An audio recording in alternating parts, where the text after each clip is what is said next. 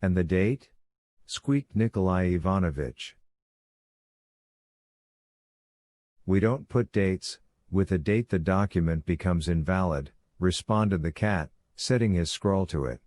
Then he got himself a stamp from somewhere, breathed on it according to all the rules, stamped the word paid on the paper, and handed it to Nikolai Ivanovich.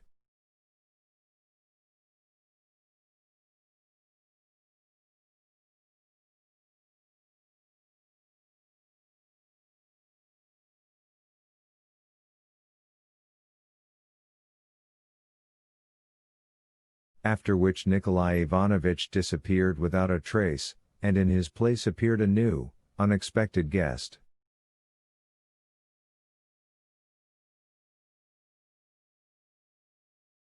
And who is this one? Woland asked squeamishly, shielding himself from the candlelight with his hand.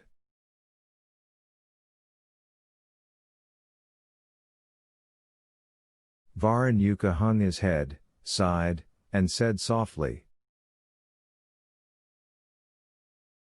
"Let me go back, I can't be a vampire.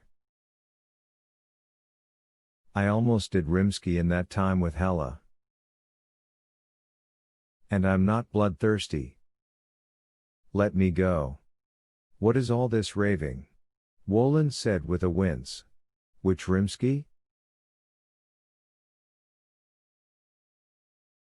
What is this nonsense?" "Kindly do not worry, monsieur," responded Azazello, and he turned to Varanyuka, "Mustn't be rude on the telephone."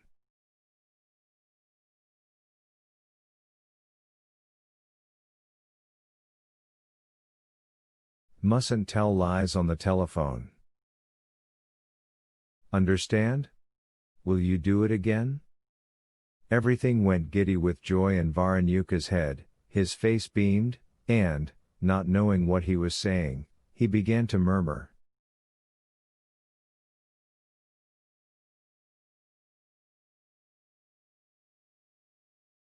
"Verily that is, I mean to say your ma right after dinner." Varanyuka pressed his hands to his chest, looking beseechingly at Azazello.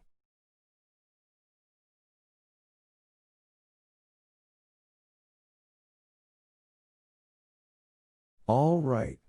Home with you," the latter said, and Varanyuka dissolved.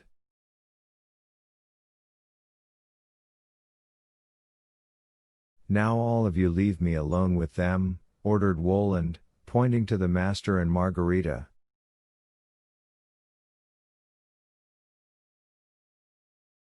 Woland's order was obeyed instantly. After some silence, Woland said to the master, "So it's back to the Arbot basement? And who is going to write?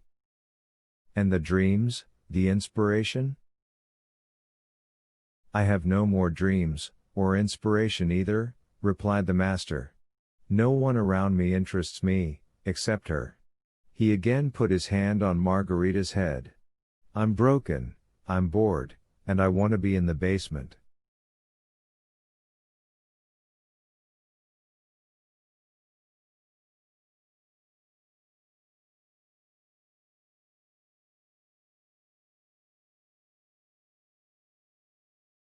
"And your novel?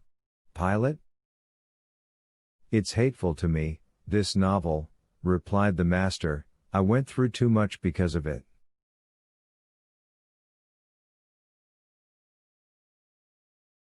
"I implore you," Margarita begged plaintively, "don't talk like that."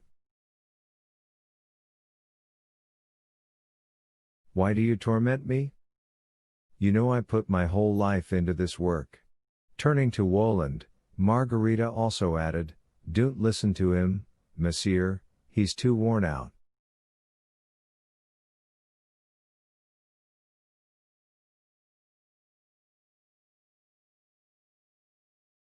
"But you must write about something," said Woland.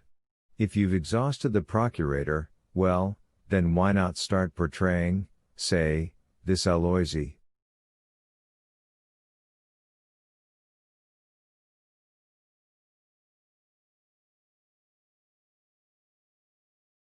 The master smiled. Lapshenikova wouldn't publish that, and, besides, it's not interesting.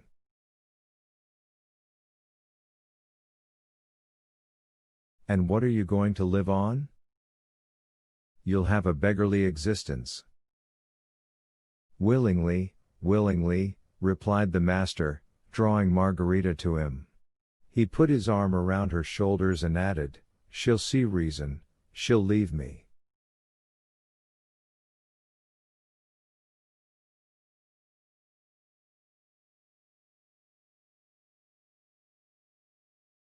I doubt that, Woland said through his teeth and went on, and so, the man who wrote the story of Pontius Pilate goes to the basement with the intention of settling by the lamp and leading a beggarly existence?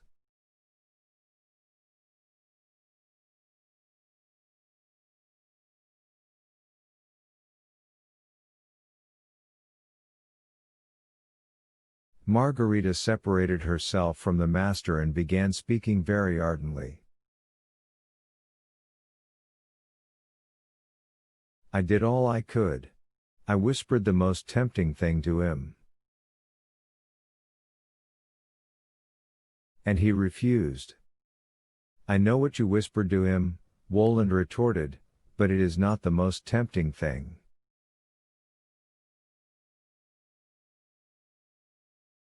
And to you I say, he turned, smiling, to the master, that your novel will still bring you surprises.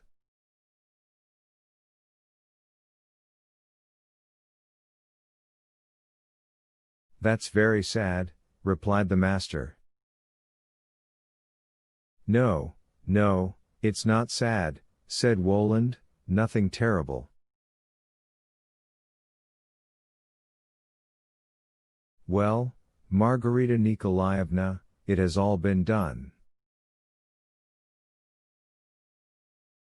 Do you have any claims against me?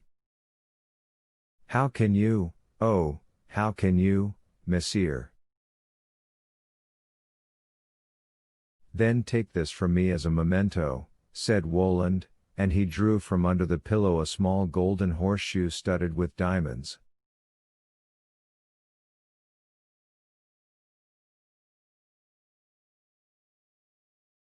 No, no, no, why on earth? You want to argue with me? Woland said, smiling. Since Margarita had no pockets in her cloak, she put the horseshoe in a napkin and tied it into a knot.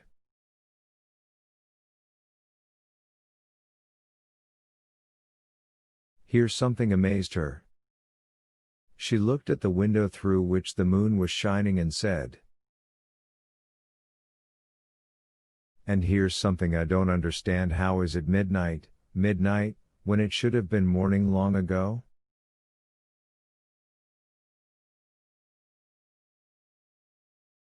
It's nice to prolong the festive night a little, replied Woland. Well, I wish you happiness.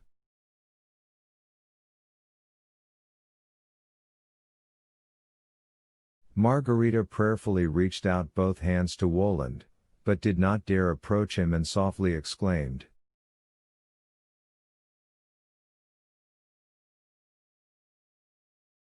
"Farewell. Farewell. Goodbye," said Woland. And, Margarita in the black cloak, the master in the hospital robe, they walked out to the corridor of the jeweler's wife's apartment, where a candle was burning and Woland's retinue was waiting for them.